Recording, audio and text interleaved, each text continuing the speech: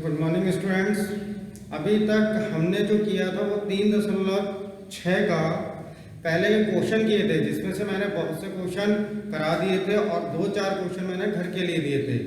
और इसी क्रम में आगे बढ़ते हुए मैंने कहा था कि पहले क्वेश्चन के बाकी क्वेश्चन आप खुद कर लेंगे, खंड जितने भी हैं पहले के। अगर नहीं होते हैं तो उसका एक खंड में और करा देता हूँ, उसी के हिसाब से आप अगला वाला खंड उसका खुद कर सकते हैं। जैसे कि अगर मैं बात करूँ पहले के 7वें क्वेश्चन का, क्वेश्चन नंबर 1 उसका भाग 7, पहले क्वेश्चन का भाग 7 ये दे रखा है 10/x + y, 10/x + y। Second दे रखा है +2/x - y = 4। सेकेंड इक्वेशन दे रखी है 15/x + y - 5/x - y = -2। ठीक है, ये जो क्वेश्चन चल रहे थे हमारे युग बदलकर चल रहे थे, अतः हम इसे उसी प्रकार से करेंगे। आपने समीकरण 1 और 2 में देख रहे हैं कि 1/x + y और 1/x - y दोनों जगह स्थित हैं, तो हम इन दोनों को मानकर चलेंगे। तो माना 1/x + y = a, पहली चीज मान ली। दूसरा माना 1/x - y = b। अब जब ये मान हमने मान लिए तो उसी के अकॉर्डिंग हम इसे समीकरण 1 और 2 पर रखते हैं। अगर समीकरण 1 की बात करेंगे तो ये हो जाएगा 10a।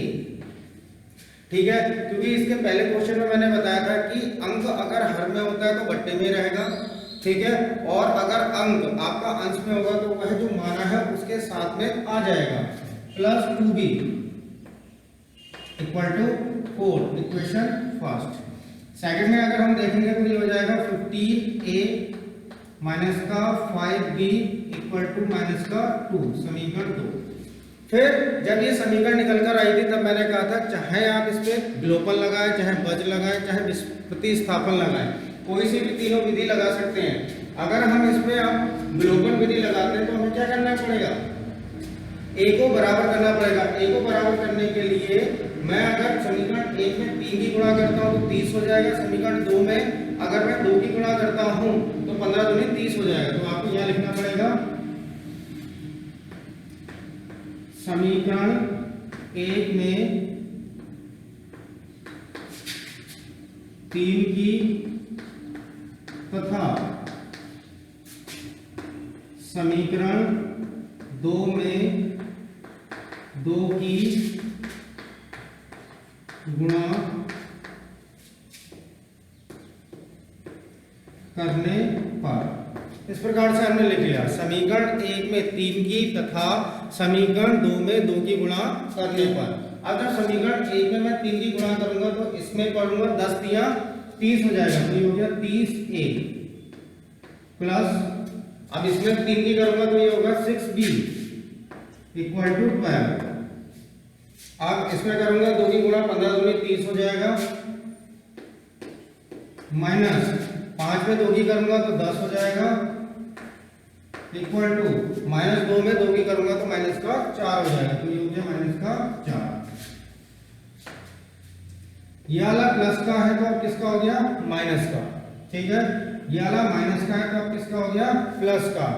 ये वाला माइनस का है तो ये किसका हो गया, प्लस का। ये दोनों कैंसिल हो गए आपके। अब 6b भी प्लस का है और 10 भी प्लस का है, तो ये दोनों जोड़कर हो गया 16b = 16। 16 बन जा 16, b = कितना आ गया, 1 आ गया। b का मान हमने निकाल लिया 1। अब b का मान मैं रखूंगा समीकरण 1 या 2 में किसी में भी रख दूंगा, तो b का मान समीकरण 1 में रखने पर, जब इस पर रखता हूं समीकरण 1 पर रखता हूं d का मान, तो ये हो जाएगा 10a + 2 × 1 = 4। ठीक हो गया, ये हो गया 10a + 2 = 4। अब आगे करते हैं तो ये हो जाएगा आपका 10a + 10a, 2 का पक्षांतर किया तो 4 - 2, tan a = 2 and a equal to 2/10, 2 1 जा 2, 2 5 जा 10, तो a की वैल्यू आ गई 1/5। अब जब युग्म बदल देते हैं तो उसके बाद हमें क्या निकालना है, x और y का मान निकालना है। तो आपने जहां माना था वहां रखेंगे, तो ये हो जाएगा अतः 1/x + y equal to a। a माना था, a का मान आया 1/5, तिरछी गुणा करेंगे तो ये हो जाएगा x + y इक्वल टू 5, समीकरण 3। उसी प्रकार से अतः 1/x - y equal to b माना था, b का मान आया a, तिरछी गुणा तो x - y इक्वल टू 1, समीकरण 4। ठीक हो गया। हमें क्या निकालना है, युग्म बदलकर x और y के मान निकालने। तो अभी हमारे पास x और y में दो समीकरण और बन रही है, तो इसमें हम फिर से विलोपन लगाएंगे। अब क्या दे रखा है, दोनों में x और x बराबर है, तो हमें किसी की गुणा करने की जरूरत नहीं है। तो समीकरण 3 और समीकरण 4 से ये हमने कर दिया। अब जब ये हमने किया तो ये हो जाएगा x + y equal to 5 and x - y equal to 1। ये प्लस का है तो माइनस का हो गया, ये माइनस का है तो प्लस का हो गया, ये प्लस का है तो माइनस का हो गया। ठीक हो गया। ये दोनों कैंसिल हो गए, ये भी प्लस का, ये भी प्लस का, तो कितना हो गया 2y, माइनस किया तो 4, 2 2 जा 4, तो y इक्वल टू क्या हो गया 2। अब y का मान तो निकल आया, अब हमें किसका निकालना है, x का भी निकालना है।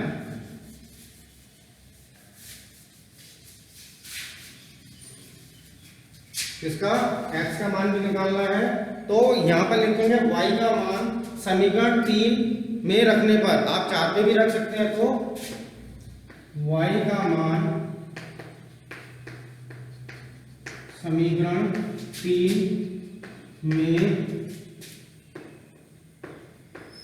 रखने पर, समीकरण 3 ये रही आपके पास, x + y इक्वल टू 5, ये हो गया x + y का मान कितना है 2 बराबर 5, तो x equal to 5 - 2, x equal to कितना हो गया 3। तो x और y के मान आ गए हमारे पास, x का मान आ गया 3 और y का मान हो गया 2। तो इस प्रकार से जो इसका अगला क्वेश्चन है वो आपको इसी प्रकार से करना है। उस वाले क्वेश्चन में, अगले वाले भाग में भी आपका 2 बार क्या लगेगा, विलोपन लगेगा। अगर प्रतिस्थापन से कर रहे हैं तो प्रतिस्थापन 2 बार लगेगा, अगर विलोपन कर रहे हैं तो विलोपन 2 बार लगेगा। इस प्रकार से ये क्वेश्चन कर लीजिएगा। उसके पहले वाले जो क्वेश्चन थे 5वां मैंने करा दिया था और 6ठा आपको घर के लिए दिया था। पहले वाले क्वेश्चन में पहला करा दिया था, दूसरा करा दिया था, और तीसरा और चौथा आपको क्या दिया था, घर के लिए दिया था। इस प्रकार से ये पहला भाग हमारा पूरा हो गया। अब हम करते हैं दूसरा भाग।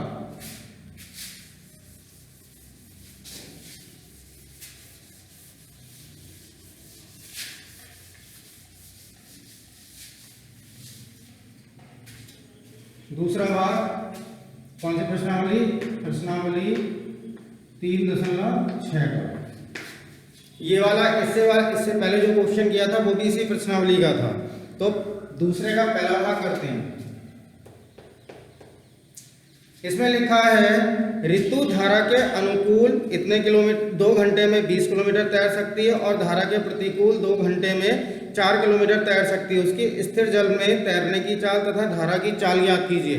ये हमें निकालना है। अब इसमें हमारे पास 2 चीजें आ रखी हैं, अनुकूल और प्रतिकूल। अनुकूल का मतलब हो गया कि अगर धारा बह रही है तो आपको धारा के साथ बहना है। जब आप धारा के साथ बहेंगे तो आपको बल लगाने की जरूरत नहीं पड़ेगी। मगर प्रतिकूल का मतलब हो गया धारा के उल्टी दिशा में आना। अगर धारा की उल्टी दिशा में आएंगे तो आपको धारा से ज्यादा बल लगाना पड़ेगा, तभी तो आप ऊपर चढ़ पाएंगे, अन्यथा फिर से बह जाएंगे। इस प्रकार इसमें 2 चीजें हैं, अनुकूल और प्रतिकूल। तो जो निकालना है उसे मान लेते हैं। माना स्थिर जल में तैरने की चाल बराबर हो गया x किलोमीटर पर आवर। ठीक हो गया। हमने स्थिर जल में तैरने की चाल मान ली, हमने क्या माना x किलोमीटर प्रति घंटे माना, धारा की चाल बराबर y किलोमीटर प्रति घंटे।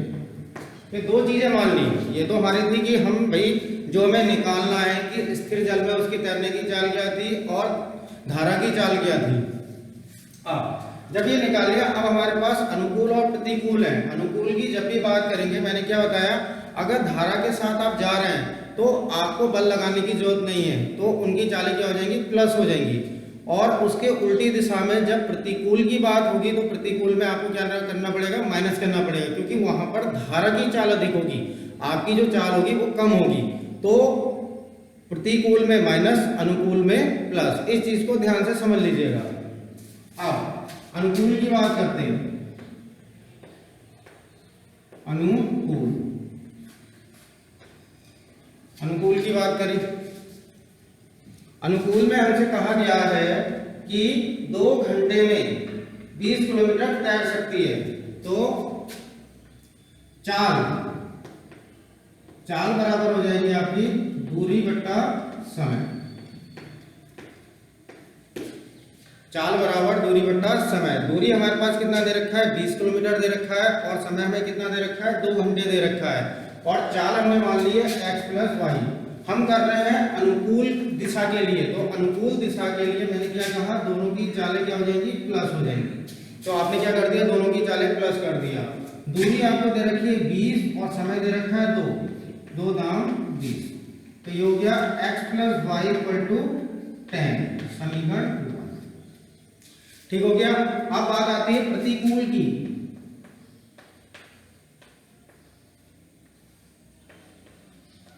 किसकी बात आती है, प्रतिकूल की। प्रतिकूल के लिए भी आप लगाएंगे चाल बराबर दूरी बट्टा समय। चाल बराबर दूरी बट्टा समय। जब चाल बराबर दूरी बट्टा समय लगाएंगे तो आपको क्या करना पड़ेगा, समय दे रखा है 2 घंटे और दूरी दे रखी है 4 किलोमीटर। तो प्रतिकूल चल रहा है, प्रतिकूल के लिए मैंने क्या बताया था, चाल क्या हो जाएगी, माइनस हो जाएंगी। तो ये हो जाएगा x माइनस वाई 4/2, 2 2 जा 4। तो ये हो गया x minus y equal to 2, समीकरण 2। ठीक है। अब उसने क्वेश्चन में क्या दे रखा है, निम्न समस्याओं को रैखिक युग्म के रूप में व्यक्त कीजिए और उनके हल ज्ञात कीजिए। हम कर रहे हैं यहाँ पर युग्म बदलकर। तो पहली समीकरण में x प्लस वाई आया, वहां पर x माइनस वाई आया, तो यहाँ पर मानते हैं, माना x इक्वल टू 1 और y इक्वल टू b। हमने मान लिया युग्म बदलना है हमें। तो जब समीकरण 1 की बात करेंगे तो ये हो जाएगा a plus b equal to 10।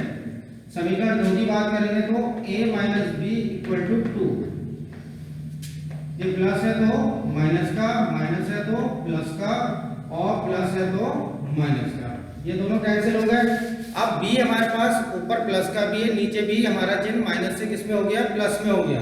तो ये दोनों जुड़ जाएंगे तो ये हो जाएगा 2b इक्वल टू 10 में से 2 गया तो 8, 2 4 जा 8, b इक्वल टू कितना आ गया, 4। ठीक है। अब b का मान निकालने के बाद हमें किसका निकालना है, a का निकालना है।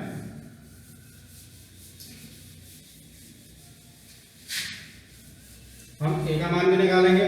तो समीकरण 1 पर रखने पर, ठीक है, यहां पर इस जगह पर समीकरण 1 और 2 हमारे पास थी। अब ये हमारे पास समीकरण 2 और 3 और 4 आई थी। तो समीकरण 3 में b का मान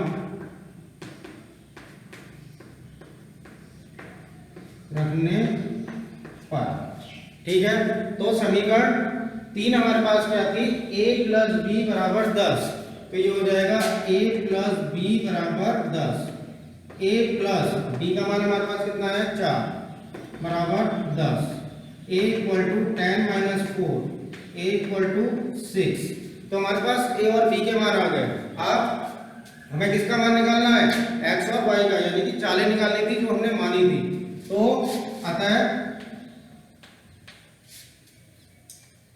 x इक्वल टू हमने a माना था, तो x इक्वल टू क्या हो गया, 6 किलोमीटर पर आवर। और y बराबर हमने b माना था, तो y बराबर b का मान कितना है 4। ठीक हो गया। अब हमारा क्या था, हमने जो माना था उसी के अनुसार हम आंसर इसमें लिखेंगे, क्योंकि हमारे x और y के मान आ गए। तो जब x और y के मान आ गए तो हमने माना क्या था वो देखिए, यहाँ लिख देंगे, अतः स्थिर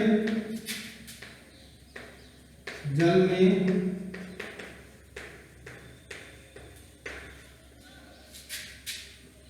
तैरने की